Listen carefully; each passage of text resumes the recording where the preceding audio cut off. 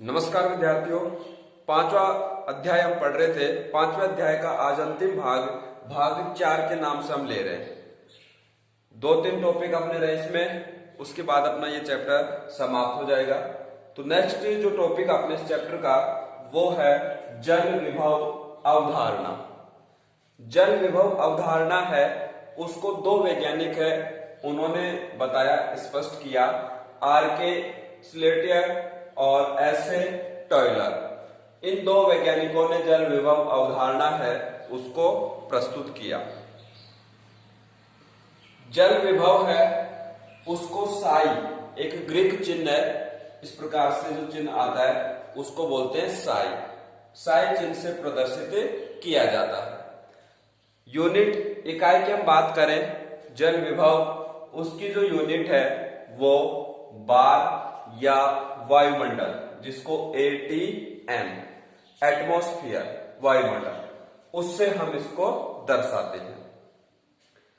फिर बात आती है जल विभव की परिभाषा। जल विभव किसे कहेंगे? ये तो सामान्य परिचय बताया इसकी यूनिट, और वैज्ञानिक जो इसको बताने वाले, इसके लिए प्रयुक्त में जो चिन्ह है उसके बारे में परिभाषा है। यदि कोई पादप कोशिका है उसको शुद्ध जल में रखें तो शुद्ध जल के अणुओं की जो मुक्त ऊर्जा है और जो कोशिका का विलयन है उसके अणुओं की जो मुक्त ऊर्जा है, उन दोनों का जो अंतर है, किसका अंतर? पादप कोशिका को किस में रखेंगे? शुद्ध जल में। तो एक तो हो गया शुद्ध जल में अणुओं की मुक्त ऊर्जा, और दूसरा जो कोशिका का विलयन है उसके अणुओं की मुक्त ऊर्जा। तो दोनों की ऊर्जाओं के बीच का जो अंतर है उसको बोलेंगे हम जल विभव। यहां पर एक फैक्ट बताया, तथ्य बताया हमने कि जो शुद्ध जल है उस शुद्ध जल का जल विभव क्या होता है? शून्य होता है। शुद्ध जल है उसका जल विभव शून्य होता है। उसके बाद में कुछ विभव है जिनमें आपस में हम संबंध बता रहे हैं थर्मोडायनामिक्स के अनुसार। उष्मा गतिकी के अनुसार जो जल विभव है साई से दर्शाते हैं जल विभव। तो ये W वाटर जल विभव को दर्शा रहा है, साई W। वो किसके बराबर होगा? विसरण दाब न्यूनता, DPD। और ये किस में लेंगे? नेगेटिव। ये हमें ध्यान में रखना है कौन सा जो राशि है हम पॉजिटिव या नेगेटिव ले रहे हैं। तो थर्मोडायनामिक्स के अनुसार जो जल का विभव है वो विसरण दाब न्यूनता, और वो किस में लेंगे? नेगेटिव लेंगे, उसके बराबर है। दूसरा जो विभव है परासरणी विभव बोल सकते हैं या विलय विभव, इसको साई S से दर्शाते हैं, और ये परासरण दाब के बराबर होता है। परंतु यहां भी ध्यान रखना है परासरण दाब है उसको हम किस में लेंगे? नेगेटिव में। तीसरा जो विभव है वो है दाब विभव। तो दाब विभव को साई P से दर्शाते हैं, और साई P है वो किसके बराबर है? स्फीत दाब, TP जिसको हमने बोला था, स्फीत दाब। और ये किस में होगा? पॉजिटिव में। तो ये 2 राशि नेगेटिव में, और ये स्फीत दाब किस में रहेगा? पॉजिटिव में। तो इस प्रकार से अपने पास 3 विभव आए। एक तो जल विभव, दूसरा परासरणी विभव, और तीसरा दाब विभव। इन तीनों में आपस में क्या संबंध है उसको हमने इस सूत्र द्वारा दर्शाया है कि जो जल विभव है साई W है वो किसके बराबर होगा? परासरणी विभव साई S और दाब विभव साई P। इन दोनों के योग के बराबर होता है कौन? जल विभव। ये तीनों जो विभव हैं, ये वाला, ये और ये, इन तीनों में ये संबंध है। जल विभव किसके बराबर होगा? परासरणी विभव साई S और दाब विभव साई P, दोनों के योग के बराबर। यहां पर एक नोट बताया हमने, नोट क्या है कि जो विलायक है उसके जो अणु हैं वो उच्च जल विभव से हमेशा निम्न जल विभव है उसकी ओर गति करते हैं। तो ये भी एक फैक्ट है कि विलायक के अणु जिधर ज्यादा होंगे अर्थात विलायक के अणु उच्च जल विभव से निम्न जल विभव है उसकी ओर हमेशा गति करेंगे। यहां पर इन्हीं से संबंधित जो विभव है उससे संबंधित एक छोटी सी परिभाषा और है, वो है मैट्रिक्स विभव। जो साइड में हमने लिखा है यहां पर मैट्रिक्स विभव। मैट्रिक्स विभव हम किसे कहेंगे? कोशिका की वह सतह जो किसको अवशोषित कर रही है? जल को अवशोषित कर रही है। अधिशोषित, अंतशोषित या अवशोषित कह सकते हैं। जल को अधिशोषित करती है कोशिका की उस सतह को क्या नाम दिया गया है? मैट्रिक्स नाम दिया उस सतह को। और ये जो मैट्रिक्स सतह है इसके द्वारा जो उत्पन्न विभव है उसको हम क्या बोल देंगे? मैट्रिक्स विभव, जिसको दर्शाते हैं साई एम के द्वारा। और ये मान भी किस में लेंगे हम? नेगेटिव में। ये 3-4 जो राशियां हैं इनका ध्यान रखना आपको कि कौन कौन सी राशि पॉजिटिव लेनी है, कौन कौन सी राशि नेगेटिव लेनी है। तो 3 राशि तो पहले के अपने पास, एक चौथी राशि और जुड़ गई, कौन सी? मैट्रिक्स विभव। ये 4 राशियां हो गई। इन 4 राशियों में आपस में क्या संबंध है? तो उस संबंध को हमने यहां पर बताया है। क्या? कि जो मैट्रिक्स विभव जल विभव है, ये जो लिया हमने साई डब्ल्यू,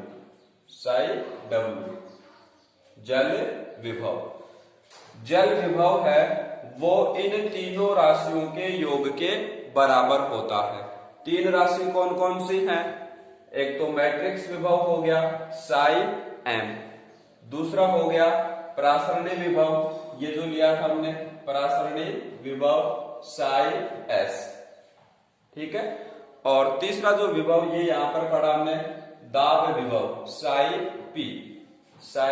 पी। तो इन तीनों राशियों के योग के बराबर है कौन? जल विभव। तो ये तो बात हुई किसके बारे में? जल विभव अवधारणा। 2 वैज्ञानिक उन्होंने प्रस्तुत किया। कौन से चिन्ह से दर्शाते हैं? साई चिन्ह से दर्शाते हैं। यूनिट क्या है? बार या वायुमंडल। परिभाषा क्या होगी कि जब कोई पादप कोशिका को शुद्ध जल में रखेंगे तो एक तो शुद्ध जल के अणुओं की मुक्त ऊर्जा है, दूसरा विलयन के अणुओं की मुक्त ऊर्जा है, उन दोनों के बीच का अंतर, उसे कहेंगे जल विभव। शुद्ध जल का विभव 0 होता है।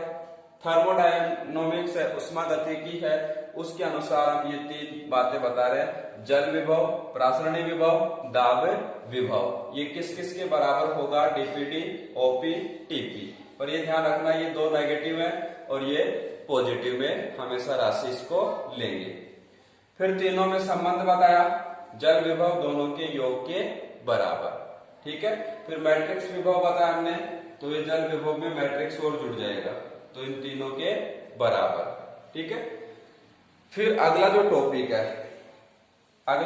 है अंतर शोषण, जो कि अपना अंतिम टॉपिक है इस चैप्टर का। अंतर शोषण किसे कहेंगे? सामान्य एक उदाहरण द्वारा समझे। जैसे बरसात का जो समय होता है, बरसात के समय हम देखते हैं कि अपने खिड़की दरवाजे वो फूल जाते हैं, तो वो कौन सी क्रिया है? अंतर शोषण क्रिया है। तो इसकी परिभाषा क्या होगी कि किसी पदार्थ के ठोस कण, अब जो खिड़की दरवाजा लकड़ी है उसके ठोस कण है, किसी पदार्थ के ठोस कणों द्वारा किसी द्रव का बिना विलयन बनाए अवशोषण करना। एक तो द्रव का अवशोषण कैसे होता है? विलयन बना करके होता है, और एक सीधा ही आर्द्रता को ग्रहण कर ले। तो किसी पदार्थ के ठोस कणों द्वारा किसी द्रव का बिना विलयन बनाए अवशोषण करना, उसको हम क्या कहते हैं? अंतर शोषण कहते हैं, ठीक है। अब इसको एक नाम और दिया गया है, जो पादपों में यहां पर बताया हमने अधिशोषित, मैट्रिक्स विभव में जो अधिशोषण है, पादप कोशिकाएं अधिशोषित करती हैं, जल को ग्रहण करती हैं, तो अंतर शोषण को अधिशोषण भी हम कह सकते हैं। फिर बात आती है अंतर शोषण है वो कौन कौन सी बातों पर निर्भर करता है, कौन कौन से कारक उसको प्रभावित करते हैं। तो वो कारक कौन कौन से हैं? तापक्रम, ताप कम ज्यादा से प्रभावित होता है।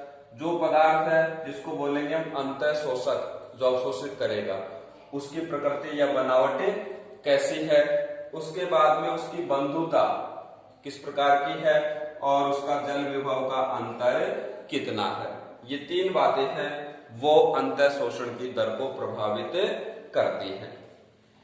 बीच में जो हमने बात बताई उसको नोट के रूप में पुनः बता रहे हैं। बरसात के मौसम में अथवा पानी में रहने पर लकड़ी के जो दरवाजे हैं, लकड़ी की जो वस्तुएं हैं वो फूल जाती है। तो ये जो फूलना है वो किसके कारण हो रहा है? अंतर शोषण के कारण। ठीक है। फिर है इसका महत्व, अंतर शोषण का महत्व क्या है पादपों में? तो जो अंकुरित बीज हैं उन बीजों के द्वारा जल का अधिशोषण होता है।